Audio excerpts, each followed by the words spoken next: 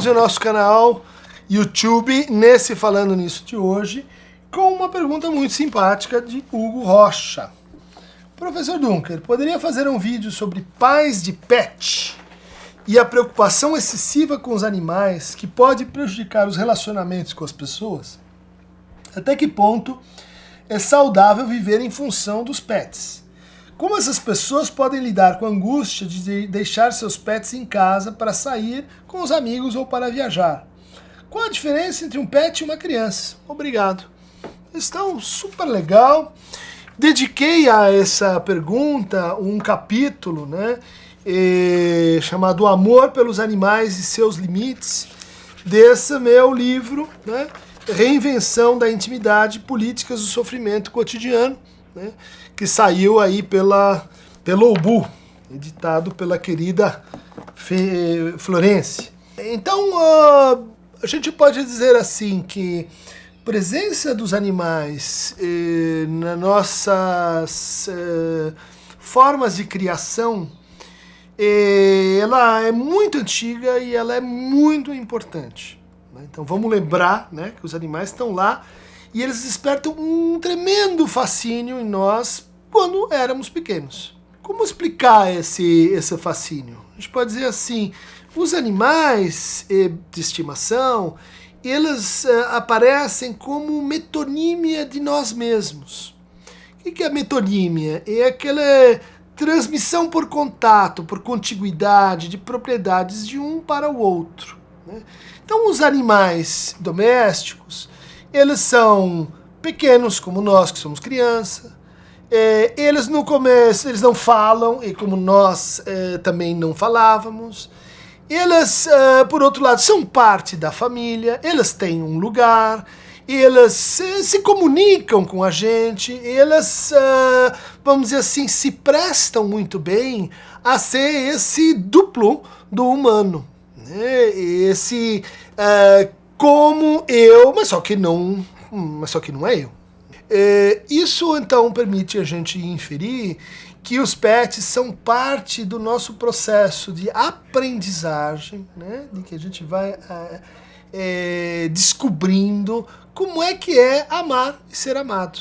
Porque a gente vai cuidando, prestando atenção, a gente, quando fica doente, vai e leva no veterinário, Quer dizer, são análogos do universo infantil. Acho que não é à toa que, quando a gente começou a ter uma consciência social de que a infância exigia uma linguagem própria, seja lá na França do Perrault, vieram as fábulas, os animais falantes. Por quê? Porque esse seria assim, o melhor jeito de ensinar as crianças. E também mais adiante, Max von Moritz, os irmãos Grimm, elas vão utilizar essa hibridização do animal com o humano, que a criança se interessa muito sobre isso, para falar o quê? Para falar das origens daquela língua, das origens daquela nação.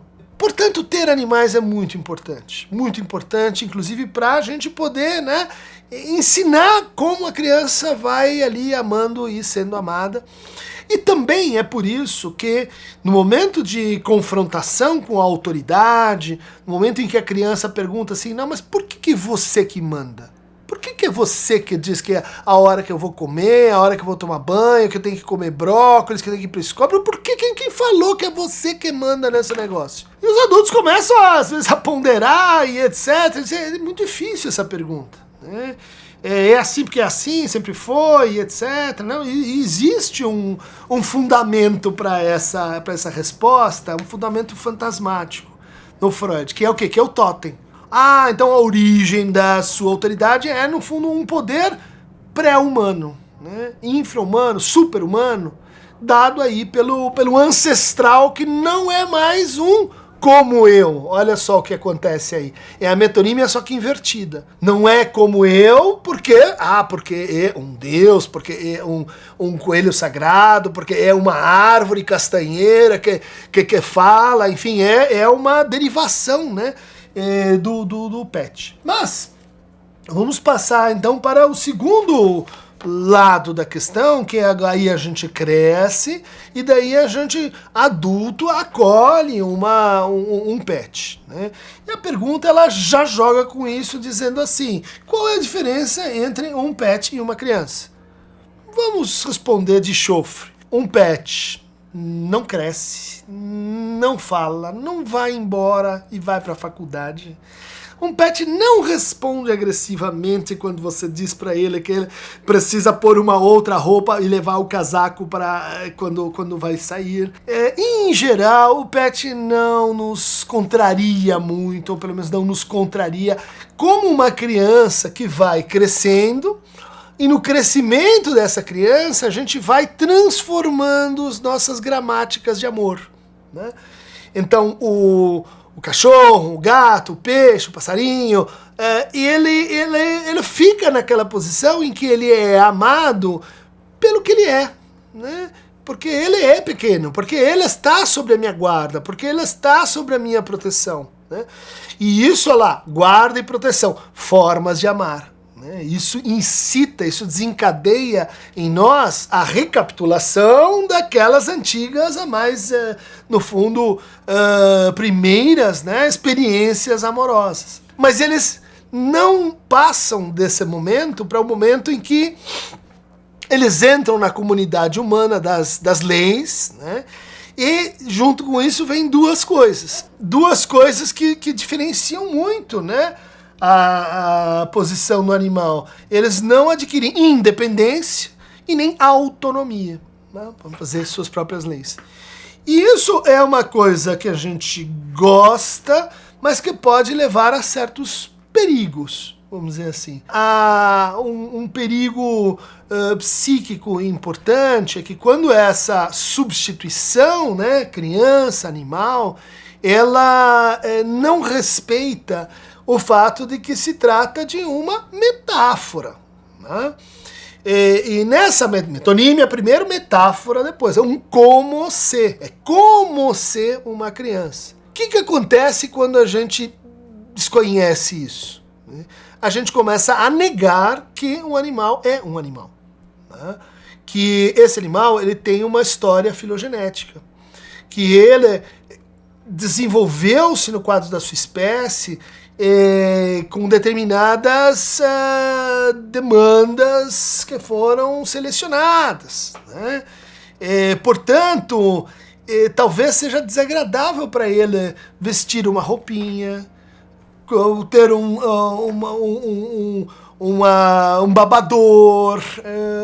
Eventualmente não, mas o que eu estou fazendo? Eu estou humanizando aquele animal de tal maneira a negar um pouco que ele tem necessidades que são próprias de animais. Isso, por exemplo, a gente vai ver aparecer de forma contundente quando o animal, que em geral vive menos que nós, né, vai envelhecendo e a gente chega naquele momento difícil em que você tem que tomar aquela decisão de dar uma injeção, de fazer então, de sacrificá-lo. Você vai dizer, olha, é uma situação muito difícil, por quê? Porque você nessa hora tem que pensar de uma maneira um pouquinho diferente, que é assim, esse animal ele não tem condição de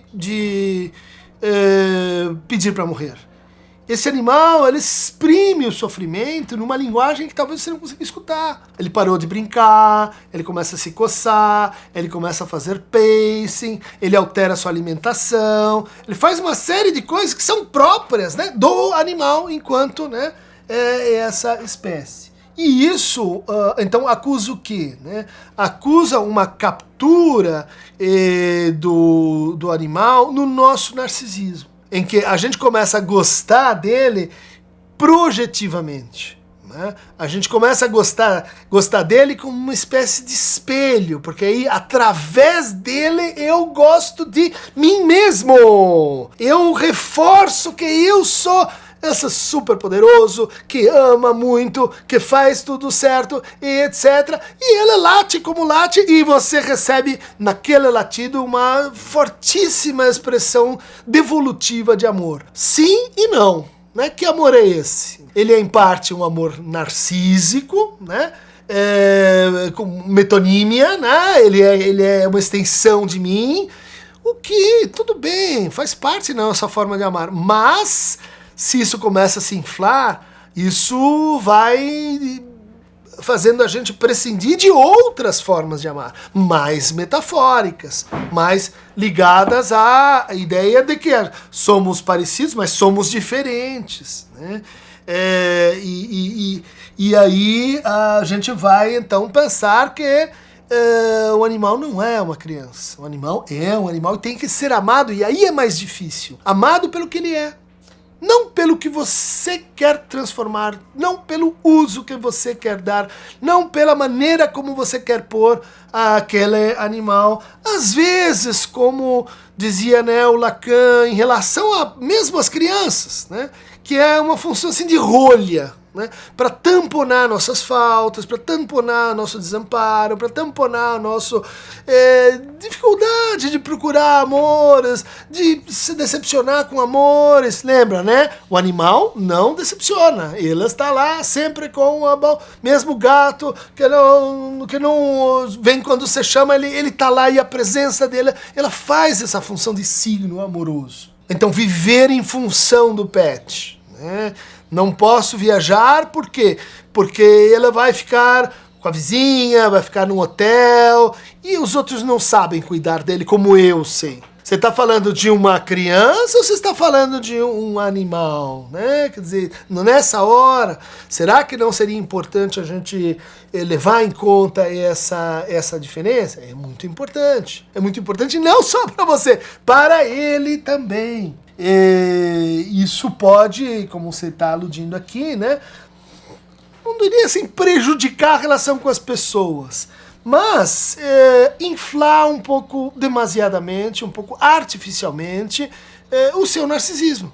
Eu te amo, você me ama, eu te amo, você me ama, e a gente já está aqui nessa rolha, né?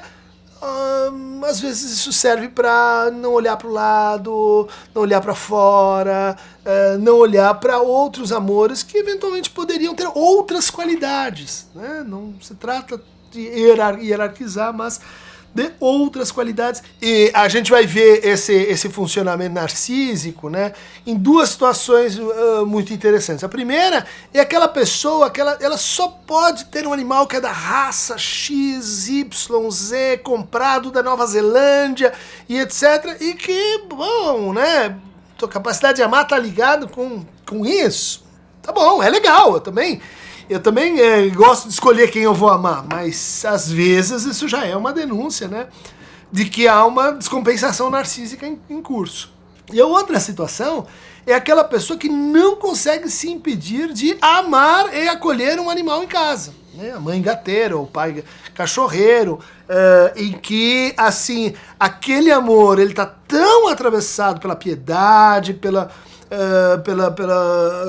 o desejo de solidariedade, pela pena, né? Bem especificamente, não é compaixão, mas é pena. Quando vem aquela pena, assim, que assim, é impossível ver aquele cachorro na rua abandonado, né? Muito frequentemente é a pessoa dizendo: eu me sinto assim, eu estive assim, eu tenho medo de estar nesse lugar. Ou seja, eu vou fazer e eu sou obrigado, né? Tem uma tzvang, tem uma necessidade imperiosa que eu não consigo me impedir. Aí nós estamos também numa descompensação narcísica, né? É uma forma de amor, é uma forma de amor que a gente vai dizer assim, não é patológica pela gramática, né? De ter um animal ou outro, né? Mas ela é patológica pela intensidade, né? O sujeito, ele está pensando, é realmente um animal que ele está vendo ali na rua abandonado? Ou é ele? Difícil. Difícil porque a gente tem uma moralidade que ela está muito baseada nesse transitivismo, né? Coloque-se nesse lugar, coloque-se no lugar do outro. Isso faz parte, né, do raciocínio ético-moral. Muito importante poder fazer isso. Mas no caso do animal, coloque-se naquele lugar, veja-se naquele lugar, mas, metáfora, é um animal, não é você. E isso o narcisismo tende a apagar, né? E criar, portanto, algumas algumas dificuldades, né? Porque as patologias narcísicas têm esse lado que as liga com as patologias do que antigamente chamava-se caráter, né? Que são aquelas que você não se queixa, são quem está à sua volta que se queixa, né? O vizinho, os pais, marido ou esposa, o sujeito está bem aquilo. Por quê? Porque aquilo faz parte, né, da ampliação e da sutura que ela está aplicando ao seu próprio eu. Tá bom? Abraço, aperto de mão, au, miau, estamos todos juntos nesse universo híbrido de bichos e humanos. Pega a canoa do Aqueronta, porque a Aqueronta te leva para esse ponto em que você começa a se perguntar, no quadro do perspectivismo ameríndio, né? São os animais que vieram do homem ou é o homem que veio dos animais, né? Os bichos são humanos que já foram humanos e agora não são mais, ou nós é que somos animais que esquecemos da nossa própria animalidade? Perguntas. Bye, bye.